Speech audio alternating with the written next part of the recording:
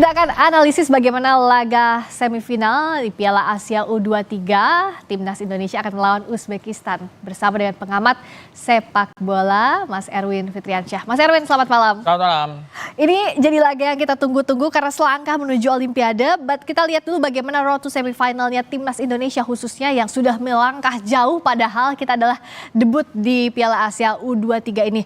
Oke, kalau lihat lawan-lawan yang sudah kita hadapi, mana sebenarnya yang paling berat dihadapi kita, Mas? Ini lawan kelas berat semuanya sebetulnya ya. Tapi kalau dilihat dari fasenya, ya pasti lawan Korea Selatan. Karena kalah lawan Korea Selatan pulang. Ya. Kalau pertama lawan Qatar, kalah masih ada Australia, masih ada Yordania. Ya. Jadi kalau dilihat paling berat yang mana, Korea Selatan. Dan yang harus diingat, Korea Selatan ini bisa dibilang tim papan atas di kawasan Asia. Ya. Oke. Korea Selatan, Jepang, Arab Saudi, Irak, Iran itu tim papan atas dan Korea Selatan sudah berhasil dikalahkan oleh tim Indonesia U23 di babak perempat final. Ini melalui drama ya, full time, perpanjangan, adu penalti dan adu penaltinya banyak sekali sampai 11-10. Lengkap sudah ujiannya. Jadi kalau menghadapi semifinal udah sangat siap harusnya pemain-pemain. Tapi kalau lihat Uzbekistan dengan track record juga clean sheet sampai sekarang, itu gimana membacanya? Pola permainannya apa yang berbeda ketika menghadapi Korea Selatan? Satu catatan yang menyamakan Korea Selatan dan Uzbekistan saat menghadapi Indonesia, Korea Selatan juga belum pernah kebobolan. Waktu lawan Indonesia kena 2 gol ya. Uzbekistan sama sekali belum pernah kebobolan dalam 4 pertandingan lawan lawan Malaysia, lawan Kuwait, lawan Vietnam, lawan Arab Saudi. Ya. Mereka nggak pernah kebobolan, mencetak 12 gol.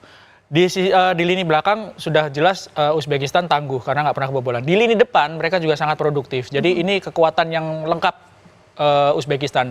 Di belakangnya defensifnya juga bagus, di depannya tajam. Jadi Indonesia benar-benar harus waspada karena lawan kali ini dan babaknya sudah semifinal. Ya. Sangat berat. Faktor non teknis juga akan sangat berpengaruh saya rasa. Sementara misalnya kemarin yang jadi evaluasi kan pertahanan kita, termasuk juga lini kanan beberapa kali kosong. Nah itu bagaimana, siapa yang bisa mengisi ini kalau menurut Mas Erwin dan apa yang harus dilakukan? Ada 3 orang pemain di sisi kanan pertahanan yang ditampilkan oleh Coach Sintayong ya. Ada Rio Fahmi, ada Fajar, ada Stroyer. Dan 3-3-nya main ini kelihatan sekali memang masih belum menemukan siapa formasi yang akan diturunkan yang baku, siapa yang jadi andalan. Karena kalau di kiri sudah pasti tempatnya Arhan, nggak pernah tergantikan. Di tempat lain juga relatif tidak tergantikan. Jadi memang di posisi kanan ini ya kita berharap semuanya Coach Sintayong benar-benar jitu menempatkan siapa pemain yang paling siap menghadapi Uzbekistan. Karena kalau sampai ganti 3 kali itu agak merugikan sih ngabisin pergantian pemain sebetulnya. Ya, nah kalau susunan ini kan masih prediksi, tapi apakah ini cukup ideal untuk melawan Uzbekistan dengan masih formasi 3-4-3 ini? Kalau formasi 3-4-3 dari pertandingan pertama relatif nggak berubah. Yang ditukar-tukar adalah pemainnya. Itu pun juga nggak terlalu ekstrim. Karena ada beberapa pemain yang memang seperti Ivar kan terkena kartu merah di pertandingan pertama. Sehingga pertandingan kedua nggak bisa main. Tapi semua beberapa pemain, Justin juga nggak bisa main di pertandingan pertama karena belum datang dari Jepang. Tapi setelah itu lebih kepada ya ini formasi terbaik Indonesia gitu. Tapi karena Rafael nggak bisa main, Sananta sangat mungkin main. Rafael sudah pasti nggak bisa main karena akumulasi kartu. Ya. Oke, jadi pun nggak ada Rafa, tapi Sananta ini bisa mengisi. Harus bisa. Ya ada 2 stoknya. Ada Sananta, ada Hoki Caraka. Ya. Tapi Sananta yang sudah mendapatkan menit bermain dan saya rasa menit bermain ini sangat penting ya modal bagi Sananta karena kalau yang diturunkan Hoki sama sekali belum bermain dan ini sudah di babak semifinal. Lawannya juga kelas berat ini. Ya betul. Kita akan lihat bagaimana formasinya Uzbekistan. Kalau di kita ini masih mencari-cari tampaknya di lini kanan. Tapi kalau Uzbekistan nampaknya mereka sudah kuat tadi seperti Mas Erwin bilang. Punya kita katakan punya mix yang baik antara defense dan offense. Nah apa yang bisa diwaspadai dan apa yang harus dibaca betul oleh Coach Sintayong? Dari pertandingan pertama sama sebetulnya. Uzbekistan ini nggak pernah ganti formasi ya. 4-2-3-1 dari pertandingan pertama sampai lawan Arab Saudi. Cuma pemainnya ini yang sangat cair, sangat fluid ya. Siapapun bisa ditempatkan sebagai pemain starter atau cadangan. Bahkan 12 gol yang dicetak oleh Uzbekistan itu sekitar 10 pemain yang mencetak. Jadi nggak ada bertumbuh pada satu orang pemain saja. Ya. Norcaev strikernya ini juga pernah dicadangkan di beberapa di pertandingan sebelumnya yang dipasang di sini. Tapi satu orang yang sama sekali nggak pernah jadi cadangan adalah Jalolidinov. Ini yang di belakangnya Norcaev. Pemain nomor 10 karena dia kaptennya. Pemain-pemain yang bermain di Eropa seperti Kusanov yang di RC Lens, lalu Faizulayev yang main di CSKA Moskow, ini juga sempat dijadikan pemain cadangan. Jadi untuk menebak formasinya mungkin nggak sulit 4-2-3-1, tapi siapa yang dimainkan ini agak-agak tricky Uzbekistan. Kenapa Uzbekistan kita katakan lawan berat juga karena secara pengalaman bermain di Eropa pun mereka lebih banyak stoknya dibandingkan kita ya, termasuk juga soal track record di Piala Asia U23 juga kan bukan hal baru untuk mereka, Mas. Kalau untuk Piala Asia mereka kan finalis. Ketika Arab Saudi juara, mereka finalisnya. Ya, tapi kan pemain-pemainnya juga sudah berubah.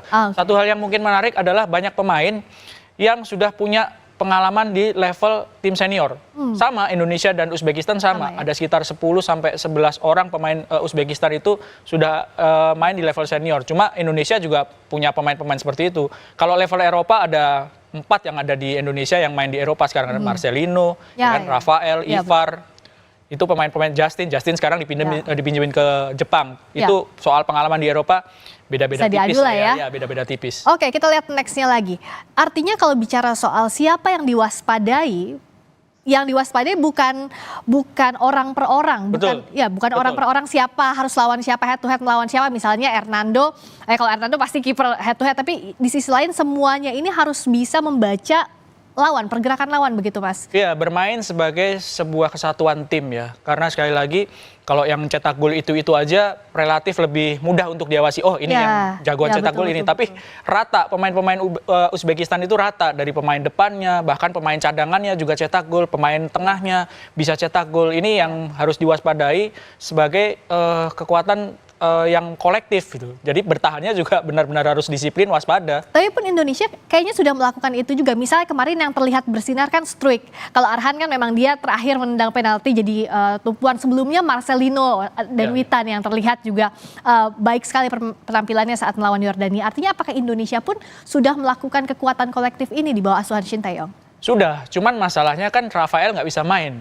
Rafael ini kan di 3 pertandingan awal dia nggak mencetak gol. Dia menunjukkan kelasnya, menunjukkan ketajamannya ketika menghadapi Korea Selatan. Nah, ini sebetulnya kalau misalnya dia bisa main, kita berandai-andai. Ini pas gitu ya. Tapi ini kan Rafael nggak bisa main. Ya, pemain-pemain lain, Witan, Marcelino, bisa cetak gol. Komang, pemain belakang juga cetak 2 gol.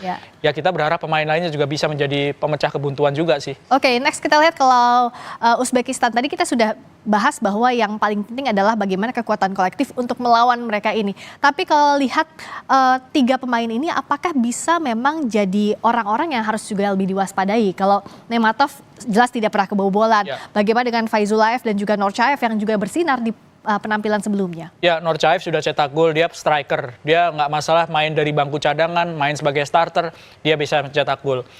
Faizulayev ini juga harus diwaspadai, dia pemain sayap kiri, bisa dimainkan di sayap kiri, di sampingnya kapten tim nomor 10, dia nomor 22. Ini pemain yang punya pengalaman di Eropa, di CSKA Moskow, klub yang cukup bagus di Liga Rusia. Dan kalau kita lihat sekarang permainan timnas dari laga ke laga, itu apa sebenarnya yang harus dikoreksi betul-betul oleh Shin Tae-yong? Dan ini kan nggak boleh ada kesalahan sedikit apapun ya, karena knockout udah selesai gitu kalau nggak. Yang jelas grafiknya meningkat ya, dari lawan Qatar kalah itu nggak mudah untuk bangkit lawan Australia kan. Habis kalah kontroversial gitu ya, kesel pasti semuanya. Ya emosi banget. Emosi, kesel, tapi bisa bangkit ketika lawannya Australia. Itu bagus. Bangkit lagi lawan Yordania dengan skor yang bagus, lalu lawan Korea Selatan. Mungkin yang perlu dikoreksi yang harus menjadi perhatian adalah ketika menghadapi Korea, itu banyak peluang yang didapat. Ada sekitar 21 tendangan ke gawang, tapi yang on target hanya 8, jadi gol hanya 2. Itu kan banyak peluang tapi nggak bisa on target dan akhirnya golnya hanya 2. Ini yang mungkin harus diperbaiki di pertandingan lawan Uzbekistan. Karena menghadapi Uzbekistan, taruhlah Uzbekistan nggak terkena kartu merah seperti Korea, 11 lawan 11. Peluangnya sangat mungkin nggak akan sebanyak ketika menghadapi Korea. Dengan peluang yang sedikit itu, harusnya bisa maksimalkan. Iya. Jangankan 1 peluang, setengah peluang aja harusnya bisa jadi gol gitu. Di lini belakang ini juga harus lebih disiplin. Karena apa? Ketika menghadapi Korea Selatan, Indonesia sudah unggul 2-1, menit ke-70, Korea kena kartu Kartu merah. merah, Satu. iya. Main dengan 10 orang, Indonesia malah kebobolan. Yes, itu yang bikin Nah, gemes itu banget. yang harus diwaspadai. Bagaimana transisi menyerang bertahan, bagaimana disiplin dalam pertahanan. Mengatasi kelelahan juga kayaknya itu ya di menit 84 itu mungkin ada faktor kelelahan yang... Nah, ini kalau faktor kelelahan ini salah satu yang berubah total ya dari timnas di senior ataupun U23. Ya. Sekitar 90 menit lalu babak perpanjangan nggak terlalu kelihatan jomplang gitu stamina mereka ini ya. Jadi sudah ada perbaikan jauh luar biasa soal stamina fisik dari pemain ketika timnas ini ditangani oleh Coach Sintayong. Tapi harus waspada tadi satu, termasuk juga sedikit peluang tidak boleh disia-siakan oleh timnas. Ya apalagi kalau kita lihat Uzbekistan, yang menarik juga ya kalau pola permainan Uzbekistan saat melawan Arab Saudi. Itu kayaknya banyak juga tanda kutip drama yang dilakukan oleh masing-masing Arab Saudi maupun Uzbekistan kalau kita nonton bareng-bareng Mas. Nah, apakah tipe permainan seperti ini, kan yang disasar kalau ada drama adalah emosi pemain, itu yang harus diwaspadai oleh anak asuhan Sintayong. Ya, waktu lawan Qatar itu pelanggaran yang dilakukan pemain-pemain Indonesia ada sekitar 22. Sementara Qatar hanya 10 atau 11, separuhnya. Ya. Dan Indonesia terkena gol dari Qatar itu 2 gol, 1 penalti, 1 tendangan bebas. Yang asalnya dari pelanggaran semuanya. Ini pelajaran dari pertandingan 1, 2, 3, 4. Korea juga, waktu lawan Korea juga pelanggarannya di atas 20. Harusnya bisa dikurangi ya, direduksi karena itu tadi kita lihat, saya kebetulan juga lihat waktu lawan Arab ya. banyak drama, pemain Arab juga ada yang terkena kartu merah. Ya, satu. betul. Jadi harusnya dengan pengalaman menghadapi Qatar ya, menghadapi Korea Selatan, ini pemain nggak mudah untuk terpancing emosi. Karena kalau sudah terpancing emosi, bubar apa yang diberikan oleh pelatih mau main seperti apa bisa berantakan. Terakhir, bisa nggak kita prediksi skor atau seenggaknya harapannya berapa deh Indonesia menang lawan? Kalau harapan pasti harapan menang ya. Harapan menang masuk ke final. Itu pasti. Ya, dapat tiket Olimpiade. Bisa lah minimal 1-0, 2-0. 2-1. 2-1. Karena tipis memang perlawanan Uzbekistan akan ketat. Tapi kita harapkan Garuda Muda bisa mengatasi ini semua dan kita bisa melaju ke final dan mendapatkan tiket ke Olimpiade. Terima kasih sekali lagi Mas Erwin Fitriansyah. Sama-sama. Waktunya di Sapa Indonesia Malam.